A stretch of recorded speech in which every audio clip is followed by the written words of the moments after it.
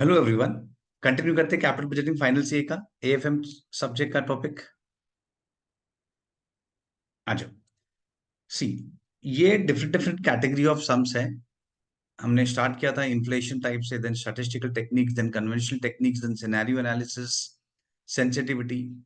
ये टाइप में तुम रिवीजन भी कर सकते हो, इसलिए मैंने ये कैटेगरी बना के रखा है। आज हम सेंसिटिविटी एनालिसिस का last sum which is very important, ये सम फिनिश करेंगे। सेंसिटिविटी एनालिसिस का लास्ट सम फिनिश करेंगे और मैं रिप्लेसमेंट टाइप से टाइप 6 सम से स्टार्ट करूंगा, कंटिन्यू करेंगे फिर। चलो हम स्टार्ट करते हैं। Let's practical question number 12। Practical question number 12।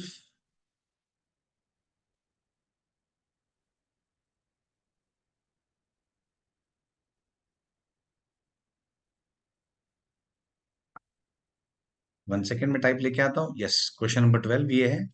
Practical question number 12 ये सम स्टार्ट करेंगे आज। इसे मार्क करो, वेरी इंपॉर्टेंट मेरे हिसाब से एग्जाम पॉइंट से। एग्जाम पॉइंट से भी इंपॉर्टेंट है and second thing concept point से भी इंपॉर्टेंट है। इसमें हम मैकेनिकल नहीं जा सकते, इसमें थोड़ा लॉजिक तो समझना ही पड़ेगा। हाँ, लॉजिक क्लियर रहेगा तो सम एकदम सिंपल लगेगा। चलो रीड करते हैं।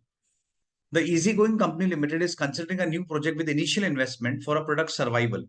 It is estimated that IRR of the project is 16%। Fine. हमारे पास क्या डेटा है, पहले दिया है आईआरआर जो है वो 16% है। Estimated life of 5 years, life project का 5 years है। Financial manager has studied that project with sensitivity analysis and informed that annual fixed cost sensitivity। Question में सेंसिटिविटी दिया है, फिक्स्ड कॉस्ट का सेंसिटिविटी है 7.4816%। And whereas cost of capital discounting rate sensitivity, cost of capital या discounting rate का sensitivity question में दिया है 60%। बस ये पैरा हमें प्रॉपर्ली समझना है, लॉजिकली समझना है। अगर ये पैरा समझ गए तो सम एकदम सिंपल लगेगा, कुछ भी नहीं है। Other information available are, PV ratio हमारे पास है 70%, वेरिएबल कॉस्ट है 60 rupees per unit and annual cash inflow, cash inflow भी दिया है 57,500। Ignore depreciation on initial investment and impact of taxation. Question में टैक्सेशन के बारे में मना किया, नो टैक्स। हमें पता है कि अगर नो टैक्स होगा तो नो डेप्रिसिएशन, नो टैक्स तो हम डेप्रिसिएशन भी इग्नोर करेंगे। फाइन। और पूछा क्या, calculate initial investment of the project, NPV, annual fixed cost, estimated unit of sales and break even units. Okay, these many things. और नीचे डिस्काउंटिंग फैक्टर भी देके रखा है। ओके फाइन, चलो स्टार्ट करते हैं। मैं फिर से बोल रहा हूँ, वन थिंग, क्वेश्चन इंपॉर्टेंट है एग्जाम पॉइंट से भी और लॉजिकल पॉइंट से भी। इसको लॉजिकली समझोगे, कॉन्सेप्ट बेस्ड समझोगे तो बहुत सिंपल लगेगा। ओके, कुछ मैकेनिकल या कुछ रट्टा नहीं मारना है, मैकेनिकल नहीं करना है, इसको लॉजिकली समझो। चलो स्टार्ट करते हैं। फर्स्ट क्वेश्चन में पूछा है initial investment of the project. Okay, तो देखो हम स्टार्ट करेंगे आईआरआर से। हम स्टार्ट करेंगे आईआरआर से। आईआरआर पे क्या होता है हमें पता है, at IRR PV of inflow is equal to PV of outflow, क्योंकि एनपीवी जीरो होता है ना। एट आईआरआर हमारा एनपीवी जीरो होता है, इसका मतलब हमारा पीवी ऑफ इनफ्लो और पीवी ऑफ आउटफ्लो सेम होगा, तो ही तो एनपीवी जीरो होगा। चलो स्टार्ट करते हैं। First part, at IRR 16%। अगर हमारा आईआरआर 16% है तो 16% पे मेरा पीवीसीओ और पीवीसीआई सेम होगा, ऑब्वियस है, क्योंकि at IRR NPV zero, which means PVCO और पीवीसीआई सेम होगा। फाइन। देन अब यहां पे देखो हमारा इनफ्लो क्या है, कैश इनफ्लो हमारे पास है 57,500। ओके, कैश इनफ्लो है 57,500 into PVCI at 16% for 5 years, project का लाइफ 5 years है।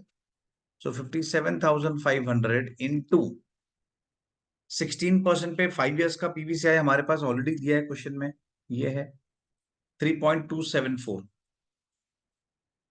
3.274, तो इससे मुझे मिल जाएगा मेरे प्रोजेक्ट का, मुझे मिल जाएगा मेरे प्रोजेक्ट का पीवीसीआई एट 16%। सो 57,500 इंटू 3.274, 182,555, ये हो गया हमारा, ये हो गया हमारा पीवीसीआई। क्लियर हुआ? तो वही मेरा पीवीसीओ है, क्योंकि एट 16% आईआरआर मेरा पीवीसीओ और पीवीसीआई सेम है, तो यही मेरा पीवीसीओ हो गया। दैट मीन्स यही मेरा आउटफ्लो है, इनिशियल इन्वेस्टमेंट। तो इनिशियल इन्वेस्टमेंट जो है वो है 1,88,255। तो चलो फर्स्ट पार्ट हमें मिल गया है, पर थोड़ा सा इस पे और डिस्कशन करता हूं। See understand one thing, cash inflow और PV of cash inflow same नहीं होता है। Cash inflow and PV of cash inflow same नहीं होता है। मैं यहां पे लिख के बताता हूं। क्या मेरा कैश इनफ्लो और PV of cash inflow same होगा? नहीं, ये सेम नहीं होता है। पर generally mind you, generally generally cash outflow और उसका PV of cash outflow same होता है। क्यों ऐसा? रीजन देखो ना, एकदम सिंपल रीजन, एकदम लॉजिकल रीजन है। ये मेरा स्टार्टिंग पॉइंट है ईयर 0, ये फर्स्ट ईयर, ओके, ये मेरा ईयर 0 है, ये मेरा ईयर 1 है, ये मेरा ईयर 2 है, ओके। तो जो मेरा इनफ्लो होगा, ओके सो ऑन, हाँ, अब जो मेरा इनफ्लो होगा, सपोज मेरा इनफ्लो है 57,500 फर्स्ट ईयर में, ये मेरा इनफ्लो कब होगा? ईयर 1 में। अच्छा, ईयर 1 में मतलब क्या? बच्चे कभी कभी डाउट पूछते हैं कि सर ये तो ईयर 1 में कब हो रहा है, स्टार्टिंग में, मिडल में, एंड में? तो कैपिटल बजटिंग में एक जनरल अजम्पशन होता है कि हम जब ईयर वन बोलते हैं तो वो हमारा ईयर 1 का एंडिंग होता है, स्टार्टिंग नहीं। हम जब ईयर 1 बोलते हैं तो ईयर 1 का एंडिंग होता है एंड नॉट स्टार्टिंग या मिडिल। या कैश आउटफ्लो भी जनरली होगा तो भी ईयर 1 के एंड में। अदरवाइज तो प्रैक्टिकली इट इज वेरी, देखो प्रैक्टिकली तो क्या होगा, इनफ्लो कभी भी आएगा, पूरे साल में आता रहेगा, आउटफ्लो पूरे साल में होता रहेगा। पर हम जब बोलते हैं, हम जब कैपिटल बजटिंग के पॉइंट से देखते हैं, एग्जाम पॉइंट से देखते हैं, तो ईयर 1 का इनफ्लो मतलब ईयर 1 के एंड में, ईयर 2 का इनफ्लो मतलब ईयर 2 के एंड में आएगा, बीच में नहीं आएगा। ये अजम्पशन लेके चलते हैं, अदरवाइज तो सॉल्व करना डिफिकल्ट हो जाएगा। डिस्काउंटिंग कैसे करोगे रोज का रोज? Fine, okay. तो मैं बोल रहा हूँ ईयर 1 का इनफ्लो कितना है? 57,500। पर इसे अगर मैं प्रेजेंट वैल्यू में लेके आऊं, सपोज 10% पे करता हूं, चलो ना ऐसे ही 10% पे करता हूं, तो 57,500 डिवाइड बाई 1.1, तो वो हो जाएगा 52,273। तो क्या मेरा कैश इनफ्लो और present value of cash inflow same है? नहीं है। तो this is what I was saying कि कैश इनफ्लो और present value of cash inflow same नहीं होता है। पर मेरा आउटफ्लो कब होता है? जनरली आउटफ्लो होता है ईयर 0 में। फॉर एग्जाम्पल मैंने प्रोजेक्ट स्टार्ट किया और उस प्रोजेक्ट में मुझे से for example 2 lakh rupees invest करने हैं, तो नॉर्मली इन्वेस्टमेंट कब होगा? स्टार्टिंग में ना। ये जो मेरा इन्वेस्टमेंट है, जो मेरा आउटफ्लो है, वो कब होगा? जनरली वो स्टार्टिंग में होगा, एंड में नहीं होगा। ईयर 0 के स्टार्टिंग में इन्वेस्टमेंट तो भाई स्टार्टिंग में करोगे ना, प्रोजेक्ट में, मशीन में, स्टार्टिंग में खरीदोगे। तो उसका प्रेजेंट वैल्यू क्या है मुझे बताओ? Obviously 2 lakhs। क्यों ऐसा? अरे आज ही तो इनकर कर रहा हूं, ईयर 0 में, डे 1 पे। ईयर 0 मतलब फर्स्ट डे, तो फर्स्ट डे में इनकर कर रहा हूं 2 लाख, तो उसका प्रेजेंट वैल्यू क्या होगा? 2 लाख। सिंपल है ना, आज का 100 रुपया, आज का वैल्यू कितना है? 100। तो इसीलिए जनरली कैश आउटफ्लो और present value of cash outflow same होता है। आई होप ये ओके है। अच्छा, मैं क्यों जनरली बोल रहा हूँ, उसका रीजन है। रीजन क्या है? कभी कभी ऐसा भी हो सकता है कि मैंने मशीन खरीदा, सप्लायर ने बोला भाई तू 2 लाख का मशीन है ना, एक काम कर, तू मुझे 1 लाख अभी दे और 1 लाख 1 साल बाद दे। अगर सप्लायर ने ऐसा बोला, एक एग्जांपल लेते बताता हूँ, सप्लायर ने बोला भाई 1 लाख का मशीन है, तू मुझे आज 1 लाख दे और 1 साल बाद मुझे 1 लाख दे, तो इन दैट केस मेरा कैश आउटफ्लो क्या है? Cash outflow 2 lakh. पर then what is present value of cash outflow? तो ये जो 1 लाख है, उसका प्रेजेंट वैल्यू तो 1 लाख ही है। पर ये जो 1 लाख है, इसको मैं प्रेजेंट में लेके आऊंगा से 10% से, तो 1 लाख डिवाइड बाई 1.10, तो वो हो जाएगा 90901। तो present value of cash outflow क्या हो गया? 1,90,901। आई होप ये एग्जांपल समझा मैंने जो बताया। कैश आउटफ्लो 2 lakhs है पर प्रेजेंट वैल्यू 1,90,901 है। क्या दोनों सेम है? नहीं है। इसीलिए मैंने वर्ड यूज किया यहाँ पे जनरली, क्योंकि जनरली क्या होता है, जनरली हम इन्वेस्टमेंट स्टार्टिंग में करते हैं तो उसका प्रेजेंट वैल्यू भी सेम होता है। ओके, आई होप ये कॉन्सेप्ट, ये इंपॉर्टेंट कॉन्सेप्ट समझ गया होगा, ये जो मैं डिस्कशन कर रहा था ये पार्ट। ओके फाइन, चलो मैं कंटिन्यू करता हूँ। हाँ, बैक टू द सम, हम यहाँ पे थे, तो यहाँ पे मुझे क्वेश्चन में क्या मिला? मुझे मिला पीवीसीओ। ये क्या है? ये मेरा पीवीसीओ है, present value of cash outflow. और जो पीवीसीओ है जैसा हमने अभी डिस्कस किया कि जनरली वो आउटफ्लो और पीवीसीओ सेम होता है। फाइन, तो मेरा इनिशियल इन्वेस्टमेंट मुझे मिल गया 1,88,255। आई होप कॉन्सेप्ट बेस समझ रहा है। नेक्स्ट पार्ट, चलो एनपीवी। नेक्स्ट पार्ट है एनपीवी। मुझे नेट प्रेजेंट वैल्यू फाइंड करना है, नेट प्रेजेंट वैल्यू फाइंड करना है। फाइन, अब मुझे बताओ, सबसे पहले मुझे एनपीवी फाइंड करना है। तो क्या एनपीवी जब हम फाइंड करते हैं तो क्या वो आईआरआर पे होता है? ऑब्वियसली नो, एनपीवी होता है at cost of capital. NPV होता है कॉस्ट ऑफ कैपिटल पे, जो हमारा कॉस्ट ऑफ कैपिटल रहेगा उस पे होता है। ओके, क्योंकि देखो ना, अगर मैं आईआरआर पे निकालूंगा तो ऑब्वियसली एनपीवी जीरो हो जाएगा ऑलवेज, क्योंकि बेसिक ही वो है कि भाई एट आईआरआर एनपीवी जीरो। तो क्वेश्चन में जब एनपीवी पूछा है तो it is at cost of capital. ध्यान रखना, ये जो एनपीवी होता है ये होता है एट कॉस्ट ऑफ कैपिटल, ये एट कॉस्ट ऑफ कैपिटल होता है। पर क्वेश्चन में एक छोटा सा प्रॉब्लम है, क्या भाई? कॉस्ट ऑफ कैपिटल तो दिया नहीं है सब में, तो हमें फाइंड आउट करना पड़ेगा, हमें फाइंड आउट करना पड़ेगा। पर उससे कनेक्टेड कुछ हिंट है, उससे कनेक्टेड कुछ हिंट है। क्या हिंट है? कि sensitivity of cost of capital दिया गया है 60%। अभी देखो ये प्रॉपर्ली समझो, sensitivity of cost of capital दिया है 60%। इसका मतलब क्या होता है? मैंने प्रीवियस वीडियो में जो सम्स कराए थे सेंसिटिविटी वाले, उसमें हमने क्या डिस्कशन किया था कि सेंसिटिविटी का मतलब क्या होता है। जब वो बोलते हैं कि भाई कॉस्ट ऑफ कैपिटल का सेंसिटिविटी 60% है, तो उसका मतलब होता है कि अगर मेरा कॉस्ट ऑफ कैपिटल 60% से बढ़ा, अगर मेरा कॉस्ट ऑफ कैपिटल 60% से बढ़ा, तो मेरा एनपीवी जीरो हो जाएगा। I repeat, cost of capital का सेंसिटिविटी 60% है। उसका मतलब क्या होता है, उसका इंटरप्रिटेशन क्या होता है? It basically means if cost of capital increases by 60%, then NPV will become zero. I hope ये बात समझ गया होगा मेरी। तो इसका मतलब, अगर अगर मेरा कॉस्ट ऑफ कैपिटल सपोज 100 है, सपोज कॉस्ट ऑफ कैपिटल 100 है, तो उसका सेंसिटिविटी कितना है? 60%। इसका मतलब अगर ये 60% बढ़ता है, अगर ये 60% बढ़ता है, दैट मीन्स 160 हो जाता है, तो मेरा एनपीवी जीरो हो जाएगा। 160 पे मेरा एनपीवी जीरो हो जाएगा। करेक्ट बोल रहा हूं मैं? फाइन, आई होप ये समझा कि मेरा एनपीवी जीरो हो जाएगा। अच्छा मुझे एक बात बताओ, एनपीवी जीरो कब होता है? एनपीवी जीरो होता है एट आईआरआर। एनपीवी जीरो होता है एट आईआरआर।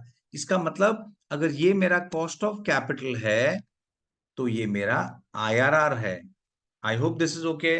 मैं फिर से एक बार बोलता हूं, NPV sorry, cost of capital का सेंसिटिविटी 60% है। उसका मतलब होता है कि अगर मेरा कॉस्ट ऑफ कैपिटल 60% से बढ़ता है तो मेरा एनपीवी जीरो हो जाएगा। This is what it means. देखो सेंसिटिविटी का मतलब यही होता है। अगर मैं बोलूं मेरा सेलिंग प्राइस का सेंसिटिविटी 20% है, व्हाट डज इट मीन? कि भाई अगर सेलिंग प्राइस 20% कम हुआ तो एनपीवी जीरो हो जाएगा। तो in the same way cost of capital का सेंसिटिविटी 60% है। उसका मतलब अगर मेरा कॉस्ट ऑफ कैपिटल 60% से बढ़ता है तो एनपीवी जीरो हो जाएगा। और एनपीवी जीरो हो जाएगा मतलब वो क्या कब होता है? आईआरआर पे। तो दैट मीन्स ये मेरा आईआरआर है। तो अगर मेरा कॉस्ट ऑफ कैपिटल 100 है और मेरा 60% बढ़ाने से 160 आता है, तो दैट इज माई आईआरआर। तो वो मेरा आईआरआर हो जाता है। और क्वेश्चन में आईआरआर दिया है, क्वेश्चन में कितना है? 16%। तो what is COC, what is cost of capital? Cross multiplication करो, you will get 10। That means मेरा कॉस्ट ऑफ कैपिटल है 10%। I hope this is okay. अब ये मिल गया 10%। तो अभी तो बहुत सिंपल है, अभी हमें एनपीवी फाइंड करना है। तो एनपीवी क्या होता है? PVCI minus PVCO. पीवीसीआई क्या होगा? जो मेरा इनफ्लो है 57,500 इंटू पीवीआईएफए, क्या रेट पे? 10% पे। ध्यान रखना, कॉस्ट ऑफ कैपिटल पे फॉर 5 इयर्स माइनस पीवीसीओ। तो ये हो गया 57,500 इंटू 10% का तो नीचे देके रखा है क्वेश्चन में, देखो 3.791, 3.791, ये है 3.791। और आउटफ्लो तो हमने देखो लेफ्ट साइड में फाइंड किया था पॉइंट नंबर 1 में। That's it. तो 57,500 into 3.791 minus 1,88,255. So that comes to 29,727.5. ये हो गया मेरा एनपीवी. ओके, ये हो गया मेरा NPV. I hope this is okay. तो हमने सेकेंड पॉइंट भी कैलकुलेट कर दिया है. फाइन. इसमें इंपॉर्टेंट पार्ट क्या था समझना, कि कॉस्ट ऑफ कैपिटल का सेंसिटिविटी 60% है. उसका मतलब कि अगर मेरा कॉस्ट ऑफ कैपिटल 60% से बढ़ता है तो वो एट दैट पॉइंट मेरा एनपीवी जीरो हो जाएगा. एट दैट पॉइंट मेरा एनपीवी जीरो हो जाएगा. एनपीवी जीरो हुआ इसका मतलब, एनपीवी जीरो हुआ उसका मतलब होता है, वो पॉइंट मेरा आईआरआर है. आईआरआर, वो मेरा आईआरआर है. फाइन. आई होप ये पॉइंट क्लियर हो गया सबको. नेक्स्ट पे आते हैं, एनुअल फिक्स कॉस्ट. और उसके बाद एनुअल यूनिट्स पूछा है और लास्ट में ब्रेक इवन यूनिट्स पूछा है. फाइन. तो हम आते हैं एनुअल फिक्स कॉस्ट पे. एनुअल फिक्स कॉस्ट पे आते हैं. तो what is my annual fix cost देखते हैं. अब क्वेश्चन में ना फिक्स्ड कॉस्ट का सेंसिटिविटी देके रखा था विच इज 7.4816%. अब इसका रीडिंग कैसा होता है फिर से समझो. इसका इंटरप्रिटेशन क्या होता है कि अगर मेरा फिक्स्ड कॉस्ट 7.4816% से चेंज होता है, ऑब्वियसली इंक्रीज होता है, तो मेरा NPV will become zero. NPV will become zero. 7.4816% है. अगर मेरा फिक्स्ड कॉस्ट 7.4816% से इंक्रीज होता है तो मेरा एनपीवी जीरो हो जाएगा. एनपीवी जीरो हो जाएगा. चलो सॉल्व करते हैं इसको. अभी ये कॉन्सेप्ट लेके चलते हैं. थर्ड पॉइंट, हमें अभी फिक्स्ड कॉस्ट फाइंड करना है. हम बोलेंगे let fixed cost be x. Let fixed cost be x या let existing fixed cost be x. Let existing fixed cost be x. अब देखो मेरा फिक्स्ड कॉस्ट एक्स है और सेंसिटिविटी है 7.4816%. इसका मतलब कि मेरा फिक्स्ड कॉस्ट एक्स है और वो 7.4816% से इंक्रीज होगा तो मेरा एनपीवी जीरो हो जाएगा. This is the meaning of sensitivity. Okay. तो x इंटू 7.4816% क्या आया? ये आया मेरा इंक्रीज इन फिक्स कॉस्ट. ये आया, ये पार्ट, खाली मैं इस पार्ट की बात कर रहा हूं. ये पार्ट क्या आया? ये हो गया इंक्रीज इन फिक्स कॉस्ट.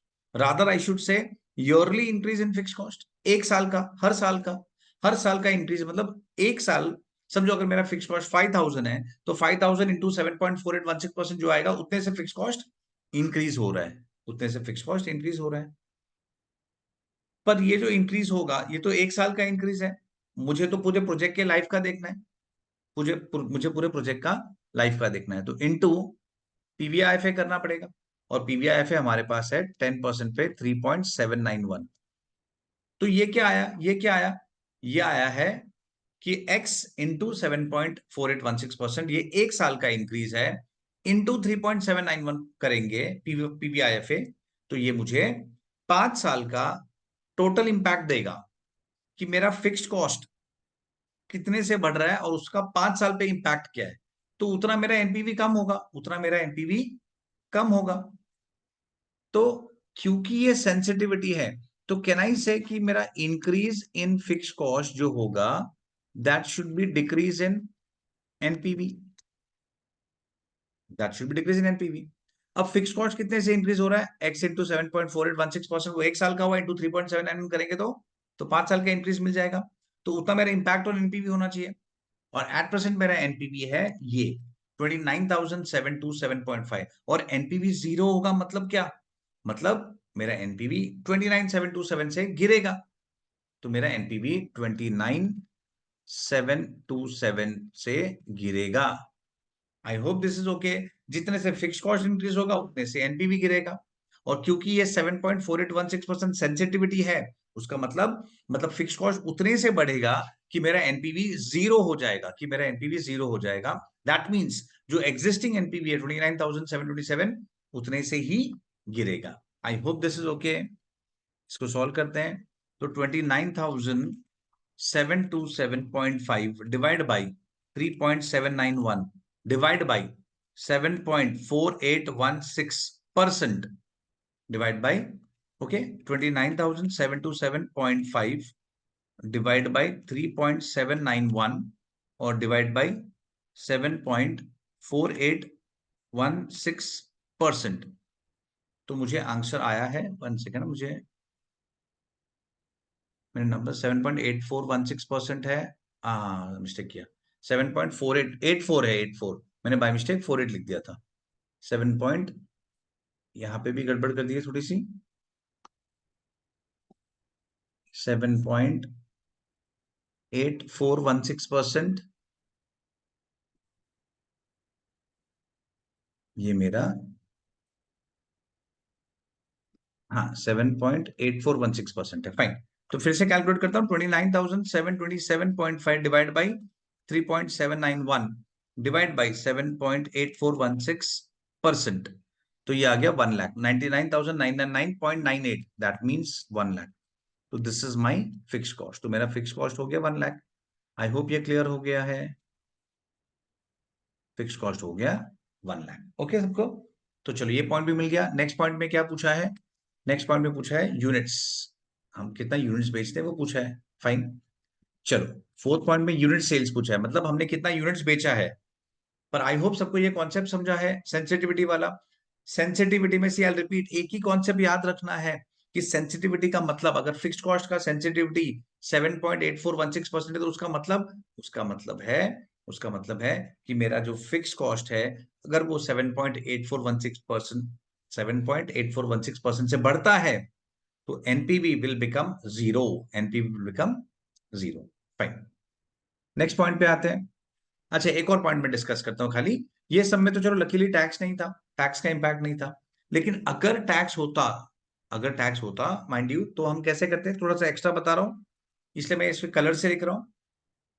अगर इसमें टैक्स होता, सपोज सपोज इसमें टैक्स होता, तो हम क्या करते हैं, 1 सेकेंड जस्ट, यस, हाँ, इसमें अगर टैक्स होता तो सेम चीज में कुछ इस तरीके से प्रेजेंट करता था, एक्स इंटू 7.8416%।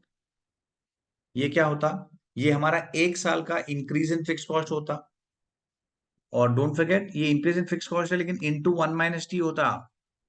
पोस्ट टैक्स करना पड़ेगा ना, टैक्स सेविंग्स इंटू 1 - टी करना होता, और फिर इंटू 3.791 होता, इज इक्वल टू जो भी एनपीवी होता, इन दैट केस वो आता।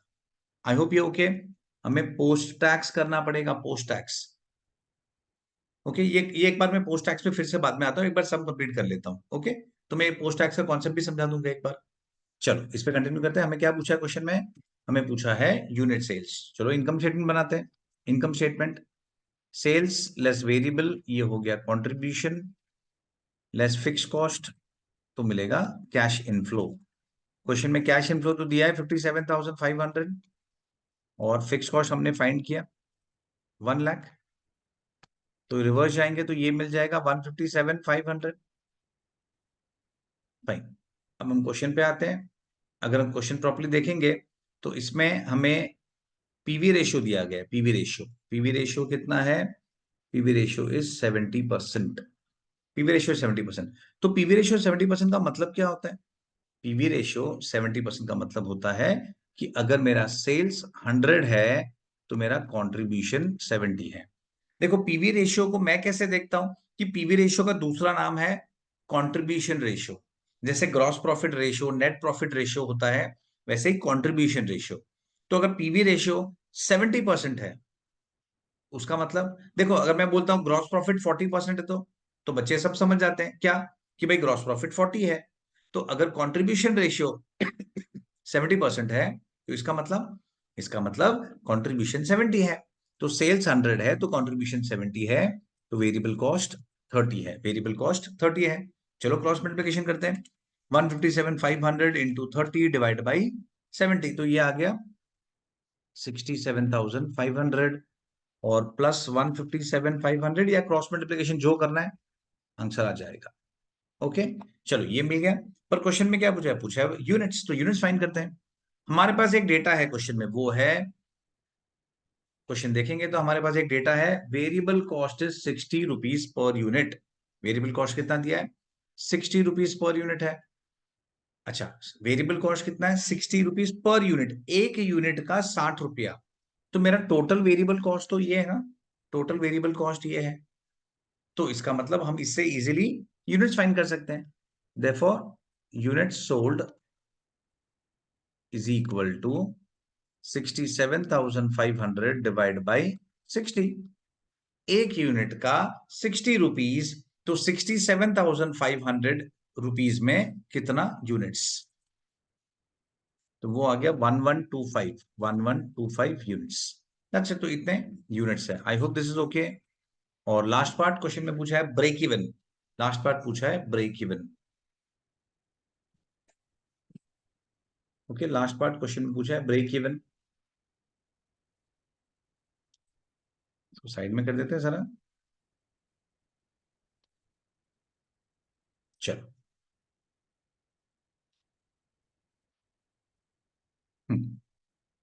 लास्ट पार्ट पूछा है ब्रेक इवन। चलो ब्रेक इवन कैलकुलेट करते हैं। Same pattern, sales less variable cost gives the contribution less fixed cost से मुझे कैश इनफ्लो मिल जाता है। बेसिकली प्रॉफिट, कैश इनफ्लो मतलब profit. Fine. What is break even? Break even का मतलब, ब्रेक इवन मतलब no profit no loss. Break even कब होता है? ब्रेक इवन का मतलब होता है no profit no loss. Fine. तभी हमारा ब्रेक इवन होगा। तो अगर ब्रेक इवन होने के लिए, सी मेरे पास क्या क्या डेटा है, मुझे एक चीज पता है, मेरा फिक्स कॉस्ट 1 लाख है जो हमने कैलकुलेट किया था। ओके, फिक्स कॉस्ट 1 लाख है। तो अगर ये 1 लाख है और क्वेश्चन में लिखा है कि मेरा जो कैश इनफ्लो है वो कितना होना चाहिए? देखो, फिक्स कॉस्ट 1 लाख है तो कैश इनफ्लो मेरा निल है। कैश इनफ्लो निल है तो कंट्रीब्यूशन, कंट्रीब्यूशन होगा 1 लाख। फाइन सबको? ब्रेक इवन का मतलब no profit no loss. Break even तब होता है जब नो प्रॉफिट नो लॉस होता है। फाइन। तो अगर cash inflow 0, fix cost 1 lakh, contribution 1 lakh, और ये प्रपोर्शन तो मुझे पता ही है 100, 30 एंड 70। चलो क्रॉस मल्टीप्लिकेशन करते हैं। 1 लाख इंटू 30 डिवाइड बाई 70, तो ये आ गया 42,857। तो ये हो गया 1,42,857। सेम थिंग, अब मुझे यूनिट चाहिए ना, तो बीईपी यूनिट्स, बीईपी यूनिट्स कितना होगा? 42,857। अगेन से मैं वेरिएबल कॉस्ट से कनेक्ट कर रहा हूं क्योंकि हमारे पास वेरिएबल कॉस्ट है, इसीलिए क्वेश्चन में वेरिएबल कॉस्ट दिया है तो उसे इजीली मिल जाएगा। तो 1 यूनिट का 60 रुपीज, तो 42,857 रुपीज में कितना यूनिट्स? तो वो आ जाएगा 714.28। तो जनरली ब्रेक इवन के केस में हम हायर नंबर पे जाते हैं, 715 यूनिट्स। ओके, क्योंकि अगर 714 बेचूंगा तो मेरा कॉस्ट 0, मतलब मुझे लॉस दिखेगा हल्का सा। तो 715 हायर लेवल पे जाते हैं। फाइन।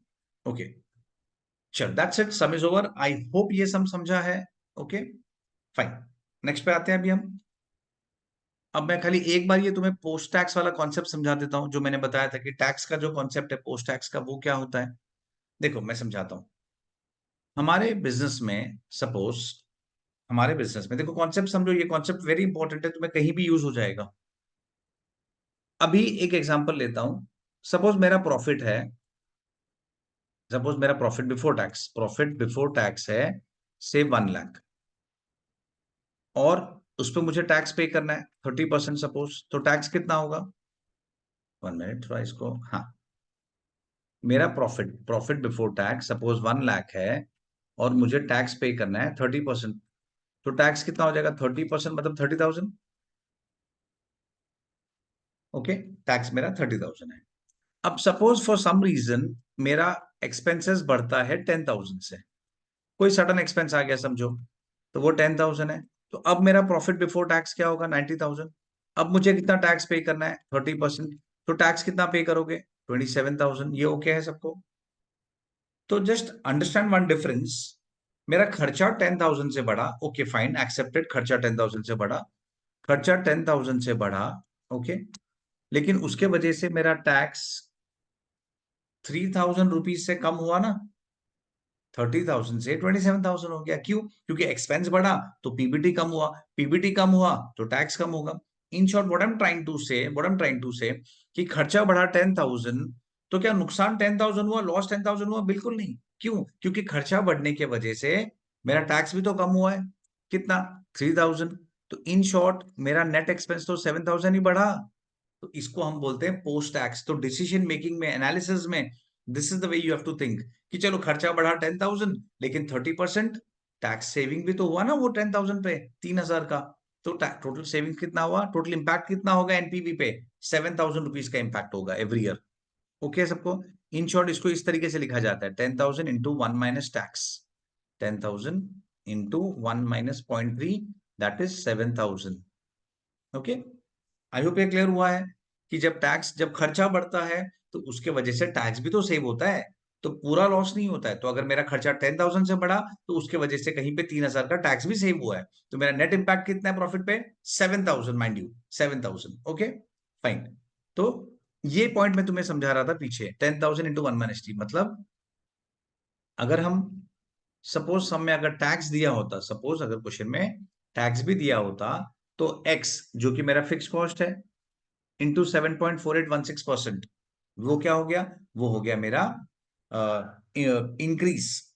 तो उतने से इंक्रीज होता, पर फिक्स कॉस्ट इंक्रीज होगा तो fix cost is tax allowable expense, तो उसके वजह से मेरा टैक्स भी तो कम होगा, तो इसीलिए मुझे पोस्ट टैक्स कंसिडर करना चाहिए। आई hope this is okay.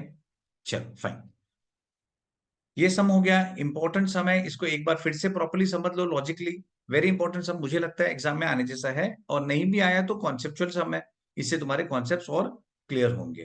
Fine, चलो आगे जाता हूं। अब ये टाइप कवर हो गया है, अब हम नेक्स्ट टाइप में स्टार्ट करते हैं। नेक्स्ट टाइप है रिप्लेसमेंट। मशीन को रिप्लेस कब करना है, ऑप्टिमल रिप्लेसमेंट पीरियड, हमें मशीन को रिप्लेस कब करना है हमें वो देखना है। चलो अब हम स्टार्ट करते हैं, इलस्ट्रेशन नंबर 13 पे आते हैं इस बार। अब हम ये टाइप में जा रहे हैं, optimum replacement cycle, optimum replacement cycle. Okay, मुझे ये टाइप कवर करना है। चलिए, इलस्ट्रेशन नंबर 13 बहुत सिंपल टाइप है, बहुत सिंपल टाइप है, इसमें कुछ भी कॉम्प्लिकेशंस नहीं है, बहुत सिंपल टाइप है। चलो स्टार्ट करते हैं। अभी यहां से 7 सम से जो है, जो अराउंड 7 अराउंड सम से जो जो ये कॉन्सेप्ट पे बेस्ड है, ये कॉन्सेप्ट पे बेस्ड है, और उसमें 3 कैटेगरी के सम है। आज मैं एक कैटेगरी ऑफ सम खत्म करूंगा, और नेक्स्ट वीडियो में मैं बचे हुए 2 कैटेगरी के सम्स भी फिनिश कर दूंगा। चलो अब हम स्टार्ट करते हैं। आज ये रिप्लेसमेंट टाइप से, X limited is a taxi operator, छोटा सा सम है। Each taxi cost to the company 4 lakh, taxi का कॉस्ट दिया है 4 lakh, and has a useful life of 3 years. Fine. The taxi's operating cost for each of 3 years and salvage at the end of year is follows. ये उसमें operating cost दिया गया है, हर साल का रीसेल वैल्यू दिया है। You are required to determine the optimal replacement period of taxi if cost of capital is 10%। मतलब मुझे टैक्सी को कब रिप्लेस करना चाहिए, मुझे ईयर 1 पे रिप्लेस करना चाहिए, कि मुझे ईयर 2 पे रिप्लेस करना चाहिए, कि मुझे ईयर 3 पे रिप्लेस करना चाहिए, वो डिस्कस करना है। चलो स्टार्ट करते हैं। सबसे पहले देखते हैं, सपोज अगर मैं डिसाइड करता हूं कि मैं टैक्सी को ईयर 1 में रिप्लेस करूं। First part, if replaced in year 1, if replaced in year one मतलब ईयर 1 के एंड पे, अभी मैंने डिस्कस किया था ईयर 1 का मतलब ईयर 1 के एंड पे होता है। चलो अगर मैं 1 साल रखता हूं टैक्सी को, तो क्या क्या मेरे इनकम एक्सपेंस होंगे। देखो ये एक्सपेंस अप्रोच सम है, एक्सपेंस अप्रोच कैसे पता चला, कोई भी इनकम दिया है क्या क्वेश्चन में, नहीं दिया है। I mean salvage is inflow, but then we are talking about sales, क्या तुम्हें सेल्स ऐसा कुछ दिया है, सेविंग्स इन कॉस्ट नहीं दिया है, तो ये एक्सपेंस अप्रोच सम है, यहाँ पे एक्सपेंसेस का डोमिनेट होगा, एक्सपेंसेस डोमिनेट होंगे। चलो ठीक है, year outflow, PV factor and PV. अगर मैं मशीन को ईयर 1 के एंड में रिप्लेस करूंगा, तो सबसे पहले क्या क्या खर्चे होंगे।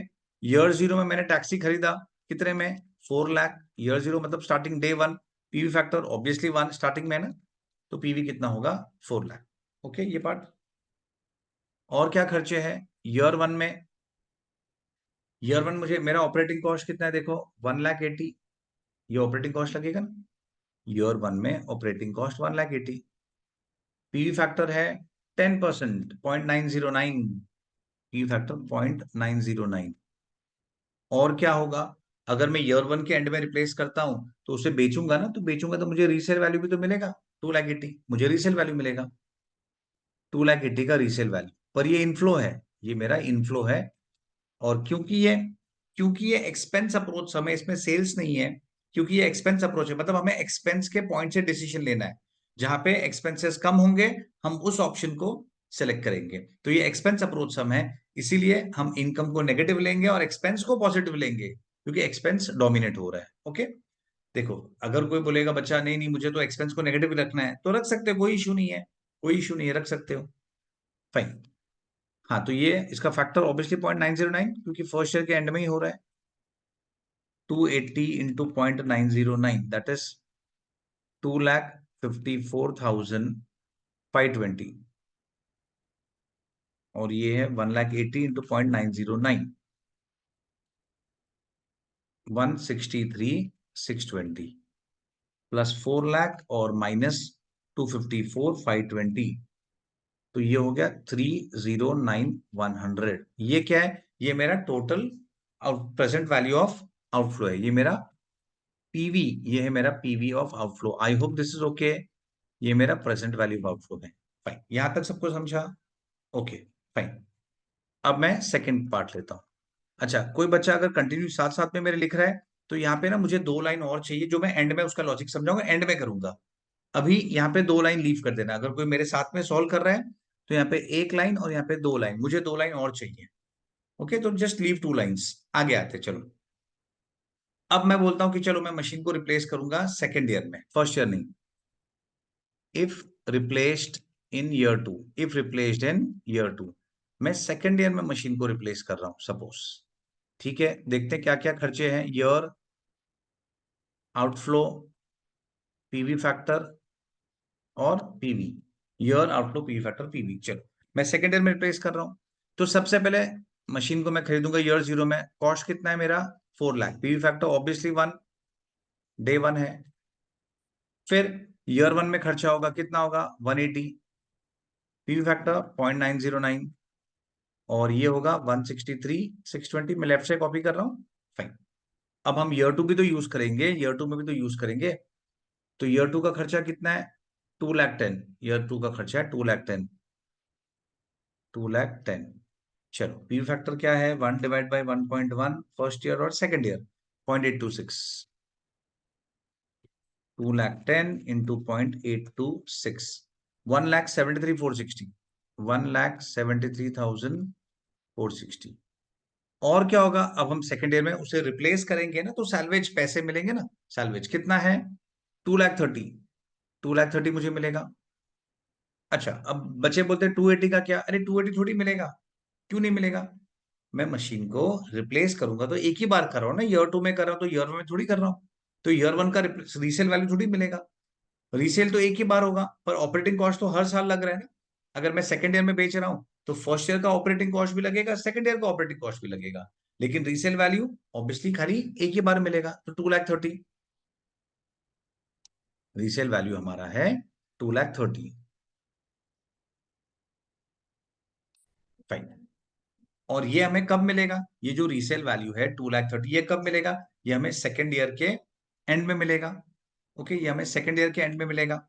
तो चलो हम उसे सेकेंड ईयर के पीवी फैक्टर से मल्टीप्लाई करते हैं, उसे सेकेंड ईयर के पीवी फैक्टर से मल्टीप्लाई करते हैं।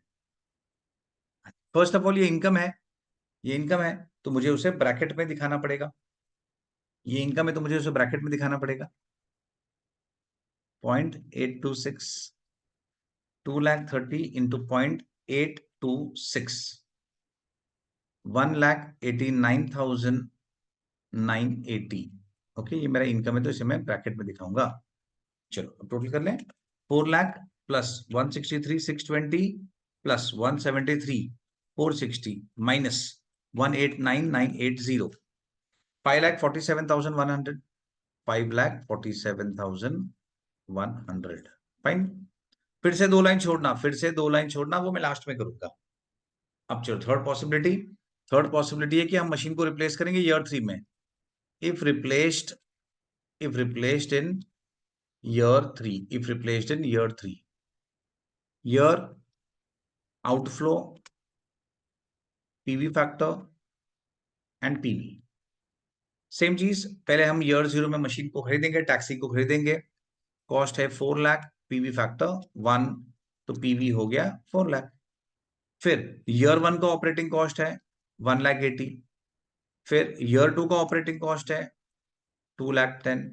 फिर ईयर 3 का ऑपरेटिंग कॉस्ट भी आएगा। ईयर 3 का ऑपरेटिंग कॉस्ट क्या देखें, 2,38,2,38। ये मेरा ऑपरेटिंग कॉस्ट का 2,38,000। यहाँ पे ईयर 1 का फैक्टर जो कि हम लेफ्ट साइड से कॉपी कर सकते हैं 163,620, और यहाँ पे हमारा पीवी फैक्टर होगा 0.826, तो उसको मल्टीप्लाई करेंगे तो 1,73,460 होगा। अब हम थर्ड ईयर का फैक्टर लेते हैं 1 divide by 1.1, first year, second year, third year, 0.751, तो 2,38,000 इंटू 0.751, 1,78,738। चलो, अगर मैं थर्ड ईयर में रिप्लेस करता हूं तो मुझे 3 साल के ऑपरेटिंग कॉस्ट तो लगेंगी एसेट को ऑपरेट करने के लिए, और हम एंड में बेचेंगे तो मुझे 1,68,000 भी मिलेगा। 1,68,000 भी तो मिलेगा सैलवेज इंटू 0.751 ऑब्वियसली, तो 1,68,000 इंटू 0.751 वो आया 1,26,168। फाइन, टोटलिंग करते हैं 4 lakh plus 163,620 plus 173,460 plus 178,738 minus 126,168, that is 7,89,650। Fine, चलो तो ये हो गया हमारा। तो ये अगर मैंने कैलकुलेट किया कि भाई अगर मैं फर्स्ट ईयर में रिप्लेस करता हूं तो खर्चा क्या है 3,09,000, सेकेंड ईयर में करता हूं तो 5,47,000, और थर्ड ईयर में खर्चा करता हूं, थर्ड ईयर में सेल करता हूं आई मीन, तो मेरा प्रेजेंट वैल्यू ऑफ आउटफ्लो है 7,89,650। ये हमने कर दिया। और मुझे एक बात बताओ, क्या ये कंपेरेबल है? क्या हम डिसीजन ले सकते हैं? क्या ये फिगर कंपेरेबल है? क्या हम डिसीजन इस नंबर्स के बेसिस में ले सकते हैं? Obviously no. रीजन बहुत सिंपल है। देखिए मैं एक एग्जांपल देता हूं। समझो किसी एक बच्चे, समझो बच्चा है, फर्स्ट बच्चा समझो ए, उस बच्चे ने कितने पेपर्स दिए? उसने एक ही पेपर दिया, सब उसने एक ही पेपर दिया और उसे मार्क्स आए 90। दूसरे बच्चे ने दूसरे बच्चे ने दो पेपर दिया, उसको मार्क्स आया से 98।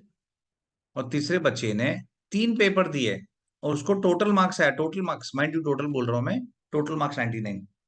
तो इसमें से सबसे अच्छा परफॉर्मेंस, बेस्ट परफॉर्मेंस किस बच्चे का है? क्या सी का परफॉर्मेंस बेस्ट है क्योंकि उसने टोटल 99 स्कोर किया है? ऑब्वियसली नो ना, सबको पता है ये तो। ए का परफॉर्मेंस बेस्ट है, कैसे पता चला? हम इसे डायरेक्टली कंपेयर ही नहीं कर सकते, हमें एवरेज करना पड़ेगा ना, एवरेज। ये तो एक सब्जेक्ट है, चलो तो एवरेज 90 है। इस बच्चे ने 2 सब्जेक्ट में 98 लाया तो इसका 49 है, और इस बच्चे ने तो 3 सब्जेक्ट में मिलकर 99 लाया है, टोटल मार्क्स है, तो इसका एवरेज 33 है। तो हमें एवरेज आउट करना पड़ेगा, हम डायरेक्टली कंपेयर नहीं कर सकते। डायरेक्टली कैसे कंपेयर करोगे? डायरेक्टली करोगे तो जिस बच्चे ने 3 पेपर दिया है उस बच्चे का टोटल मार्क्स ज्यादा ही होगा, ऑब्वियस है। तो सेम लॉजिक यहाँ पे एप्लीकेबल है कि ईयर 1 में 1 साल का खर्चा है तो 3,09,000, ईयर 2 में 2 लाख का 547, तो वो ज्यादा ही होगा क्योंकि वो 2 साल का है। तो ईयर 3 में और 789, तो वो तो और ज्यादा ही होना है ना क्योंकि 3 साल का खर्चा है। तो we can not compare in gross, हमें उसको एवरेज करना पड़ेगा। चलो एवरेज करते हैं। एवरेज कैसे करेंगे? डिवाइड बाई, अब ये जो 7,89,000 है ये कितने साल का खर्चा है? ये 3 साल का खर्चा है। ये 3 साल का खर्चा है, तो अगर ये 3 साल का खर्चा है तो मुझे उसको एवरेज करने के लिए डिवाइड बाई 3 करना होगा। करेक्ट है, ऑलमोस्ट राइट हूं। मुझे उसे डिवाइड बाई 3 करना पड़ेगा। मुझे उसे एवरेज आउट करना है तो मुझे डिवाइड बाई 3 करना। पर थोड़ा सा एक प्रॉब्लम है। प्रॉब्लम है कि ये जो नंबर्स है 789,650, ये जो है ये कहां से आया? ये प्रेजेंट वैल्यू का टोटल है, ये सिंपल नंबर नहीं, ये प्रेजेंट वैल्यू है। ये प्रेजेंट वैल्यू है, तो मुझे क्या करना पड़ेगा? अगर वो प्रेजेंट वैल्यू है तो मैं सिंपल 3 से डिवाइड नहीं कर सकता हूं। तो मुझे 3 के प्रेजेंट वैल्यू से डिवाइड करना पड़ेगा। मुझे 3 के प्रेजेंट वैल्यू से डिवाइड करना पड़ेगा। तो 3 का प्रेजेंट वैल्यू क्या होता है? वही हमारा हमारा total, I mean 1 divide by 1.1 equal to M plus equal to M plus equal to M plus, तो टोटल आया 2.48668, तो 487, 2.487। देखो मैं रिपीट करता हूं, मुझे पीवीआईएफए से डिवाइड करना पड़ेगा 10% कॉमा 3, क्योंकि ये नंबर 3 साल का है तो सिंपल लॉजिक बोलो तो डिवाइड बाय 3 तो पर एनम मिल जाएगा। लेकिन क्योंकि 7,89,000 प्रेजेंट वैल्यू है तो डिवाइड बाय 3 नहीं चलेगा, मुझे 3 का भी प्रेजेंट वैल्यू चाहिए विच इज 2.487। तो 7,89,650 डिवाइड बाय 2.487 तो वो आया 317,511। इसे बोलते हैं equivalent annual cost, equivalent annual cost, EAC। Fine. In the same manner, ये जो 5,47,100 है वो 2 साल का टोटल है, वो 2 साल का टोटल है। तो मुझे क्या करना पड़ेगा, मुझे उसको डिवाइड बाय 2 करना है ताकि एवरेज मिल जाए। पर सेम इशू, क्या मैं डिवाइड बाय 2 कर सकता हूं? नहीं, मुझे 2 का पीवी फैक्टर लेना पड़ेगा, क्योंकि 547 जो है वो भी तो पीवी फैक्टर है, वो भी तो PV I mean divide by PV IFA 10% comma 2 simple. तो 1 डिवाइड बाय 1.1 1 साल 2 साल टोटल आया 1.7355 तो 736 कर लेते हैं। 547,100 डिवाइड बाय 1.736 तो ये आ गया 315149.7 तो 50 कर देते हैं। और ये same way divide by PVIFA 10% comma 1 तो फर्स्ट तो ये तो 0.909 ही होगा। 309,100 डिवाइड बाई 0.909 तो ये हो गया 3,40,044। That's it. Now these are comparable, अभी ये तुम कंपेयर कर सकते हो, these are comparable, now these are comparable. तो अब हम क्या करेंगे, क्योंकि ये हमारा EAC आ गया, इक्विवेलेंट एनुअल कॉस्ट, मतलब एनुअल मतलब 1 साल का, ये 1 साल का एनुअल कॉस्ट है। तो ईयर 1 में रिप्लेस करेंगे तो मेरा EAC है 3,40,000 समथिंग, ईयर 2 में करेंगे तो 3,15,000 और ईयर 3 में 3,17,000। तो that means year 2 is best. तो optimal replacement period is year 2 or 2 years since EAC is least, since EAC is least। I hope ये पॉइंट समझ गया है, सबको समझ गया होगा डेफिनेटली। फाइन। तो विद दिस ये टाइप भी हमने कवर कर लिया, ये टाइप भी कवर कर लिया। अब मैं तुम्हें होमवर्क दूंगा, सिमिलर सम्स में तुम्हें प्रैक्टिस के लिए रखता हूं, तो यू ऑल कैन प्रैक्टिस दो सम्स, तो उससे तुम्हारा और क्लैरिटी और पक्का हो जाएगा। पर प्रैक्टिस जरूर करना, प्रैक्टिस जरूर करना। Okay fine. अब मैं आता हूं प्रैक्टिकल क्वेश्चन में। ओके प्रैक्टिकल क्वेश्चन में आते हैं। 1 सेकेंड, थोड़ा ये, हाँ, अब मैं आता हूं इसके प्रैक्टिकल क्वेश्चन पे आता हूं। 1 सेकेंड जरा, हाँ चलो, 13 सम हो गया हमारा, इंपॉर्टेंट सम था ये। अब मैं लेता हूं, अब होमवर्क सम थोड़ा डिस्कस कर लेते हैं हम, एक दो सम। 19 20, हाँ, अब हम लेते हैं क्वेश्चन नंबर 26। क्वेश्चन 26 ये मैं प्रैक्टिस के लिए रखता हूँ, बच्चे तुम सब होमवर्क कर सकते हो, सिंपल सा मैं आ जाएगा, कुछ है नहीं, डिस्कशन कर लेता हूँ लेकिन एक बार। A machine used on production line must be replaced at least every 4 year, मतलब उसका मैक्सिमम लाइफ 4 साल है। Cost incurred to run the machine according to its age are, पहले हम 60,000 का खर्चा करेंगे, फिर मेंटेनेंस पे 16,000, रिपेयर पे 0 ईयर 1, ईयर 2 में 18 एंड 4, ईयर 3 में 28, ईयर 4 में 20 एंड 16। तो हमें इन दोनों खर्चे को ऐड करने हैं, हमें इन दोनों को ऐड करना है और एक साथ प्रेजेंट करेंगे, इन दोनों खर्चे को हम ऐड कर देंगे।